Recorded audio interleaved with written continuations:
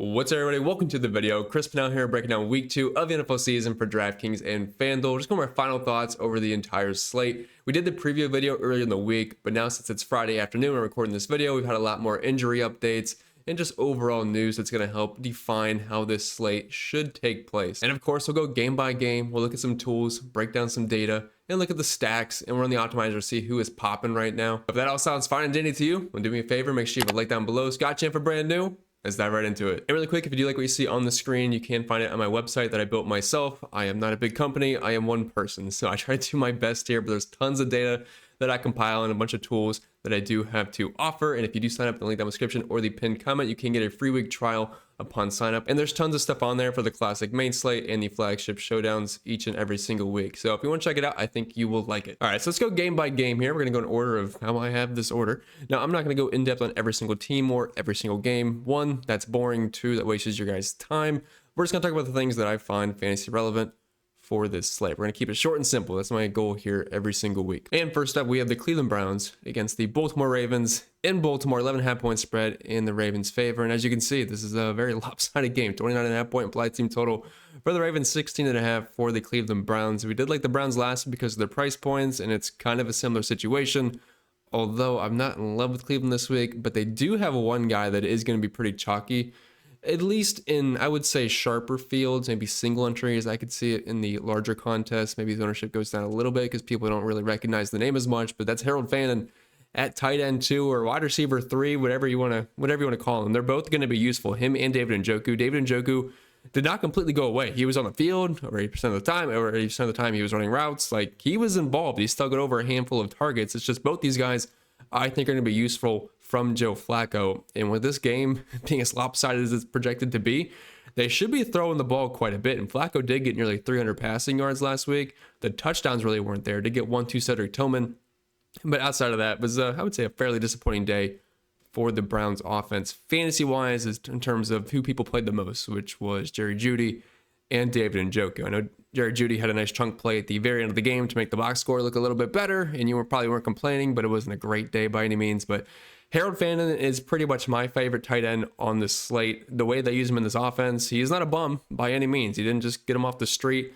Dude was good in college. He was a third-round pick. At $3,100, he is just severely underpriced for the projected role that I'm not saying it's going to be exactly the same as last week, but I don't think it's going to be anything too far different. Of course, we're working with limited data with him, but everything does point to him being a fairly good play at the price point. And for the Baltimore Ravens, I mean, they're expensive, but if you can afford them, they're great plays. Lamar Jackson, he's the top quarterback on the entire slate. He's my top optimal quarterback. 7K, I mean, there's plenty of other options. You don't really have to stack with Lamar if you're going to. It's Zay Flowers. He had a great game versus the Buffalo Bills, but that was a back and forth game. Not really sure that's going to be the case. They should be able to just grind this game out in the second half. And of course, if they are able to do that, that means they put up a lot of points, and that probably means Lamar Jackson, Derrick Henry put up points. But I will say this is not my favorite spot on the entire slate, even though they do project very well. But here is probably my favorite game of the week. 49.5 point over-under, only 3.5 point spread. In Cincy's favor, they're going to be playing at home. We know the Joe Burrow and the Cincinnati Bengals offense have historically struggled in week 1. I had a lot of them last week, and of course, it did not go well. I forget the exact number, but I want to say 7 yards in the second half last week, and they still won. I mean, of course, that's just the Cleveland Browns, so we shouldn't be too surprised. But this game has fantasy goodness absolutely everywhere. I mean, whatever side you want to look at. If you want to start with Jacksonville, tons of good plays. If you want to start with Cincy, all the good plays. We'll start with Cincy. Joe Burrow, he's probably my favorite quarterback to use this week, $6,600. I talked about this in the preview video. He busted last week, but you have to remove emotion from fantasy. It does not matter that he busted last week. If you're going to get into the endless cycle of playing guys that went off the week prior, just for them to bust the next week, and the guys that you faded end up going off, and then you play them in week 3, and the same cycle repeats, go ahead and be my guest. That's what losing players do. You have to remove that. You have to, each week is a completely new slate, and the top dogs do not think that way. They just play the best projection plays, of course, with leverage in mind, and amongst other things, with ownership, optimal rates. But I think you guys get the picture I'm trying to paint you. But Joe Burrow, Jamar Chase, T. Higgins. If you were playing Joe Burrow, what do I always say? He is not getting points himself. If he's going to go off, that means his pass catchers will go off. Now, of course, if he does horrible, his pass catchers are going to do horrible, and we saw the complete flip side of that last week. But that's the risk you run when you're stacking. But when your stacks do hit, that's when you start to place in the top of tournaments, and you cannot cash every single week. So Burrow, Jamar Chase, T. Higgins, all excellent plays. I think the T. Higgins price tag is amazing at $6,100. He's one of my favorite plays on the entire slate. Chase Brown's a great play, $6,800. Love his price on FanDuel too. I mean, just all the good plays are in this game. For the Jacksonville side of things, they got rid of Tank Bigsby, so Travis Etienne, I would say, is a fairly good value at $5,700. Now, I do prefer the passing attack in this game. I like Chase Brown a lot, so I don't really want to double stack the running backs in this one. So I'm not sure how much Etienne I'm actually going to get to, but point per dollar wise, he doesn't look too bad. And Trevor Lawrence, stacking options: Brian Thomas Jr., Travis Hunter, Bretton Strange. I guess those are the three options I would pair him with, but BTJ will be, I'm not going to call him a priority on this slate, but if I am stacking Cincinnati, I'm going to try my very best to run it back with him when I can. And heading over to my stack table here, I showed you guys this tool last week, and let's go to team salary here. So this is team salary versus implied team total, which is getting cut off on the left, so you cannot see it. But the higher up you are, the higher team total you have, and then left to right is lower DK salary for, for starting wide receivers, 2 running backs, quarterback, etc. And then to the right, it's going to be more expensive. So as you can see, my big head's in the way, but Detroit, Baltimore, pretty expensive. I mean, Lamar Jackson, Derrick Henry for Detroit, Amon-Ra St. Brown, Jahmyr Gibbs. You guys get the idea. Cincinnati's also right behind my head, I promise. They're right there, though. You can see them. So we're going to look at this. Typically, this is the sweet spot here. And last week, the teams that were popping in here, Washington, Miami was barely in there. I want to say the 49ers just made the cut. But another team that was in there that I was kind of intrigued, but I was more intrigued with the Miami side of things, which of course was a mistake. But the Indianapolis Colts were really popping in here last week in just about every single category. And unfortunately, I had some Daniel Jones, but it just wasn't enough. And when I did play Daniel Jones, I typically ran it back with one of the maybe Dolphins wide receivers. And of course, I think we know how that went. But we have no teams right now popping in this category. Now, the teams that are the closest, the Miami Dolphins, which unfortunately I'm probably going to fall into the trap once again this week. The Jacksonville Jaguars just make the cut, though. And the only reason I'm bringing this up is because I remember that, and we just talked about the Jaguars. So they make the cut here as far as having a decent implied team total relative to their salary. Because when you can get a team that has a lower average salary that's projected to score a decent amount of points, that's just inherent value. Because if you're projected to score points, that's typically going to correlate with fantasy points to a degree. The 49ers are there, although we do have a couple of injury situations, which actually just one. Jawan Jennings, we'll see if he ends up playing. And the Colts are somewhat close, but not really getting too many teams in that category. If we go to team total versus projection, the Dolphins are slightly in there, also just completely overlapping the Denver Broncos team projection versus ownership. 49ers are in there, Jacksonville Jaguars kind of towing the line. And of course, you can't see it, but the Bengals typically break this scale every single week because of how good Joe Burrow, T. Higgins, and Jamar Chase and Chase Brown, that core four, just projects every single week. And to the next game here, it's one that I really like. If you guys watched the preview video when we built a lineup together, I actually ended up going with the Dallas double stack and ran it back with Malik Neighbors. Nothing has really changed here for more. 25.5 point implied team total for the Cowboys, which I think was 26.5 when I did record a few days ago. And the Giants are sitting at 20.5. They have a 4.5 point spread, but Dallas is playing at home. And I didn't think Dak Prescott looked too bad last week. It was a pretty bad fantasy performance. CeeDee Lamb definitely didn't do him any favors, but I think this is a great spot for Dallas here. If you want to double stack, it's pretty easy to do so. Dak Prescott with CeeDee Lamb, George Pickens, or swap one of those guys out for Jake Ferguson, I think is totally viable. And if you're going to run it back, I don't have interest in playing Russell Wilson, really, or Tracy, or really anybody else in that offense. Besides Malik Neighbors, he's just an excellent run back option. And if you decide to forego the passing attack for Dallas, I think they're going to put up some points. So I would like a piece of this offense. Javonte Williams does not look too bad. He's only $5,100. Travis Etienne maybe steal some ownership away at a similar price point, but I think Javonte should be aligned for nearly 20 total touches. We saw that versus Philly. Got into the end zone twice, and Philly on the road is the absolute hardest matchup you can ask for. This definitely gets a bit softer here versus the Giants, who are bottom 5 defense fantasy points wise versus running backs last year. Then we have Chicago and Detroit, NFC North showdown, 46.5 point over under, 6 point spread in Detroit's favor. Awful game versus the Packers on the road. But we typically know Jared Goff and this offense usually play much better at home. And with the high implied team total this week for Chicago defense that looked good in the first half, really even the first 3 quarters versus J.J. McCarthy, then he turned into Steve Young and won the game.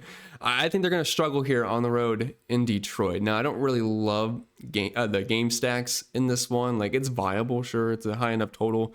If you want to play Jared Goff and St. Brown, run it back with an Odunze or DJ Moore, you can do that. It's just not my first choice on this one, but I think the main appeal here is Jahmyr Gibbs and Amon-Ra St. Brown. For only $7,000, Amon-Ra St. Brown looks like one of the better point per dollar options. That's like above $6,000 this week, the wide receiver position. And while Jahmyr Gibbs was stifled on the ground last week, had 10 targets and 10 catches. The floor is very high for Gibbs. You know, the ceiling is extremely high. I think he's definitely one of the better running back options. And I think CMC will definitely outpace him in ownership this week, but I do find them as pretty similar plays. And then we have this New England and Miami game that I actually have quite a bit of interest in, despite the over-under not being that high at 43.5. It's a 2.5 point spread, though. 22.5 implied teams total for Miami, 20.5 for the New England Patriots. Miami coming off a horrible clunker in Indianapolis. They were just absolutely demolished. Tua looked horrible, multiple turnovers. They just didn't show up. They looked absolutely terrible. They did get a garbage time touchdown with Devon Chan. I still think he's a great play this week, but we'll start with New England here first. This Miami pass defense, I think, is going to be pretty bad all season long. Now, I think overall their team is going to play better at home, which they typically do.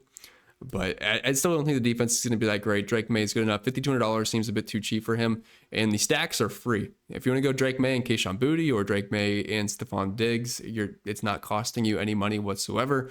Drake May also runs the football a little bit. So at $5,200, if Mac Jones was not a thing on the slate at 4K flat, I actually think he would be one of the better cash game options at the quarterback position this week. And the running backs are about the same. Trayvon Anderson definitely has more PPR upside, although I wouldn't really force a stack with Henderson and Drake May. On the flip side of this game, if you want to do run back options, I don't personally want to stack with Tua this week. I'd rather just stack the Patriots and then run it back with any of the options on Miami. Devon Chan, of course, being the best option. The role has not changed here. I know Jalen Wright, I believe he just got ruled out a few moments ago, so pretend that says Ollie Gordon. It'll get updated. But Chan still at $1,600 still seems like a great play running back. Nothing has changed for him. He's going to get plenty of volume, and the floor with his pass catching upside is elite.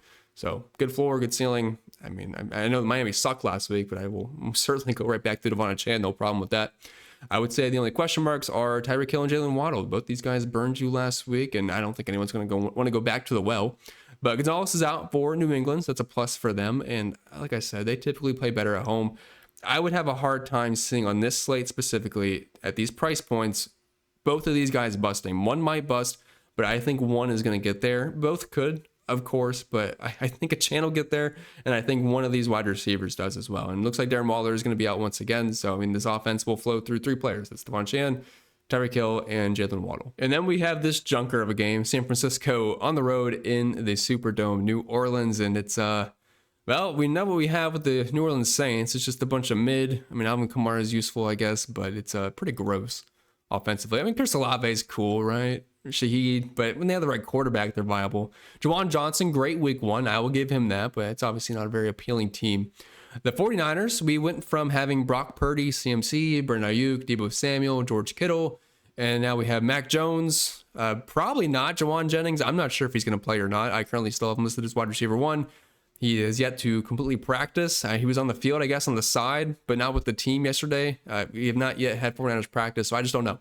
If Jennings is out, there's two guys on this team that are getting the football. It's CMC and Ricky Pearsall. And while Mac Jones is an amazing, I don't think he's really too far off of Brock Purdy. No disrespect to Purdy. It's just San Francisco is more of a system team. You know, it's kind of plug and play. You put a quarterback in there, and they're typically viable. At 4K flat, if you want to play Mac Jones in cash and just load up your studs everywhere else, I get it. I 100% get that this week, and I think that's perfectly fine.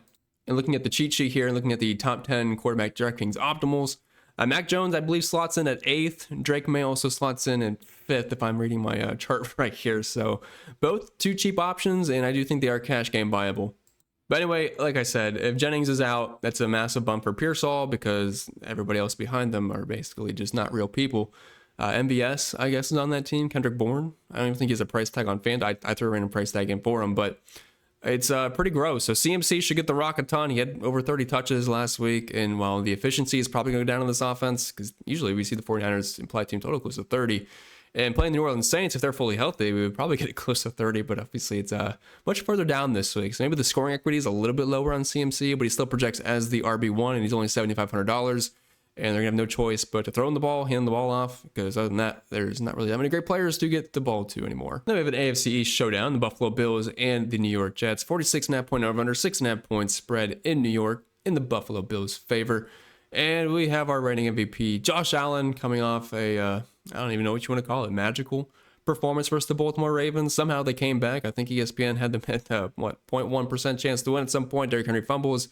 And what do you know, Josh Allen, just another just masterful performance. I mean, he doesn't really have that many great pass catchers. Khalil Shakur, Keon Coleman, Josh Palmer, Elijah Moore, Kincaid. Like, it's just, he gets the job done. He can run the ball. He gets the tush push upside. He can throw the ball to anybody. Doesn't really matter who his wide receivers are. I know Keon Coleman ended up having a huge game after really just struggling the entire first half. I believe he only had one catch, if I remember correctly. But the thing about this game is, though, it's weird. It has decent pieces, but it's also not one I've really found myself getting too much. And at the same time, I kind of like the value on the Jets. Justin Fields is below 6K. He can run the football. We saw a really great performance from him last weekend. I'm not chasing points. It's just the simple fact of he's below 6K. He runs the ball. And if we can get into the end zone once or twice through the air, that's just the icing on the cake. And I'm assuming they're going to be trailing. And the Buffalo Bills defense it's just not good. They're also going to be without another defensive tackle I just saw on the injury report. So Breece Hall, that could be a bump for him. We know their run defense has been really bad in the past couple of seasons.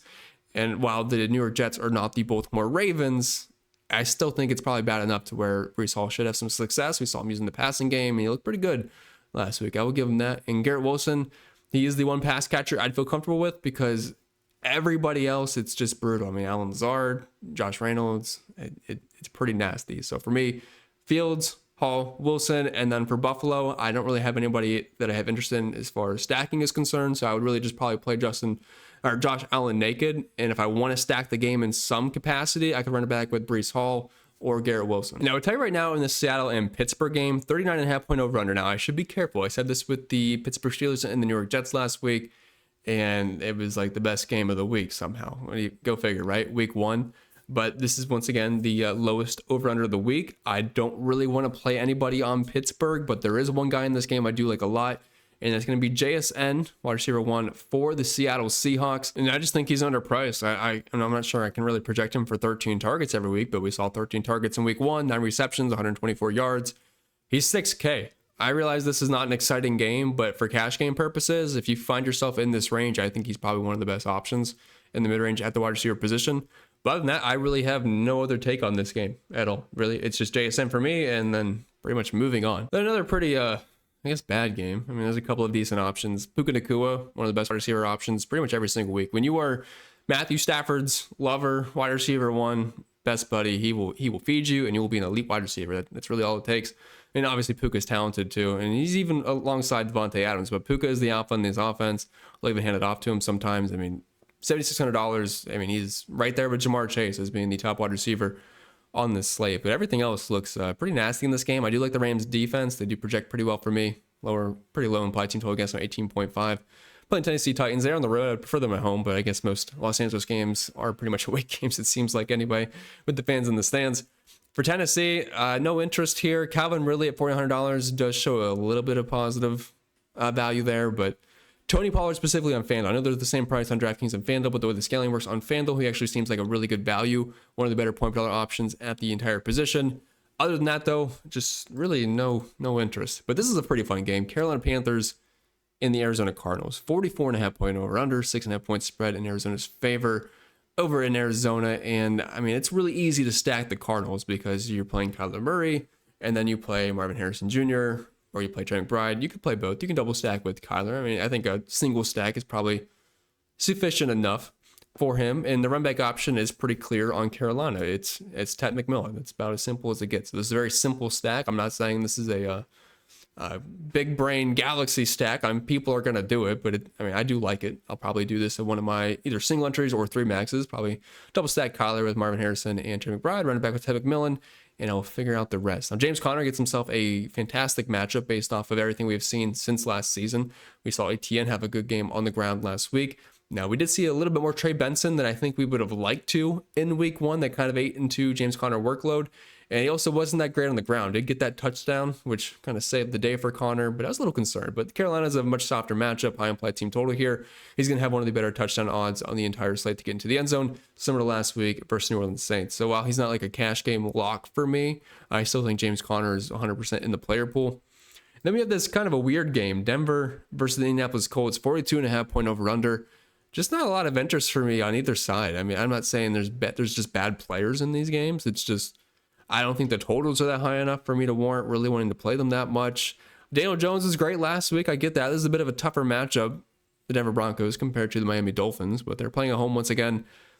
I mean, Jonathan Taylor is going to get the rock a ton, but I do respect the Denver Broncos defense. I respect them enough to really not want to play a lot of Michael Pittman, Josh Downs, Alec Pierce with Daniel Jones. People might play Daniel Jones this week. I think maybe it's more so point chasing than anything. I'm not saying he's a bad play, $5,200. I prefer Drake May personally.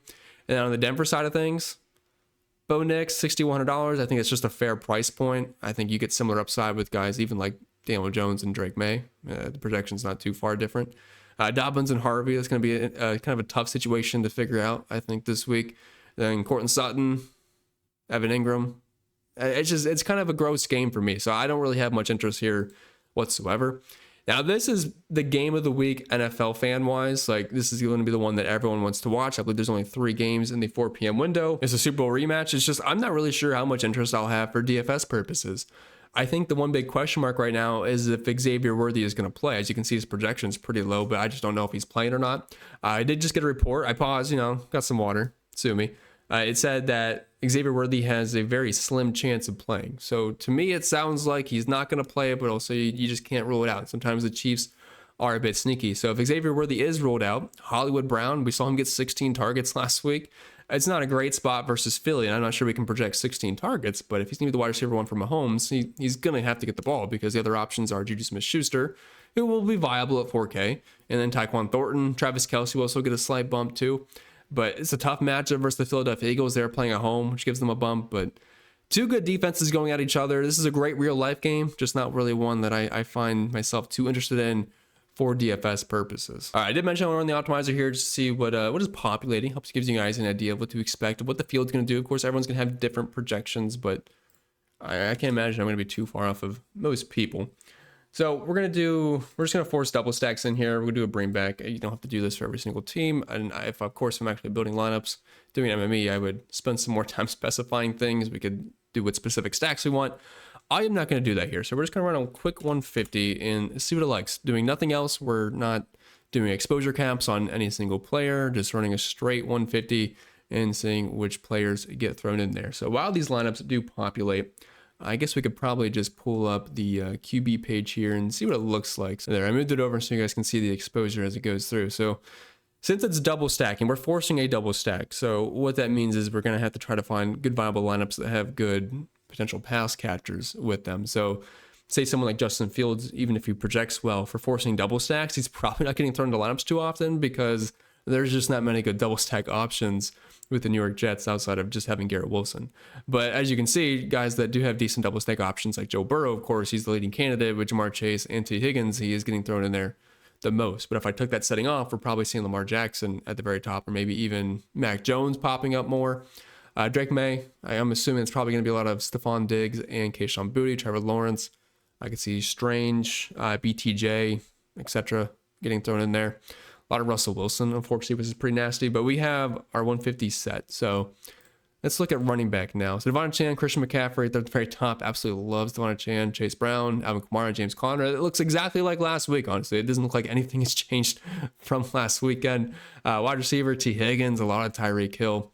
Jamar Chase, JSN, which I'm assuming if it's a run back. So we have a lot of Drake May in here. It's probably forcing in Tyreek Hill as a run back option. Jamar Chase, JSN, Jalen Waddle, Brian Thomas. It's kind of the guys I expect. It looks like Devonta Smith's getting thrown in there. I'm sure it's probably grabbing some Jalen Hurt. Yeah. So it's forcing in some Devonta Smith, and I'm sure we'd see AJ Brown.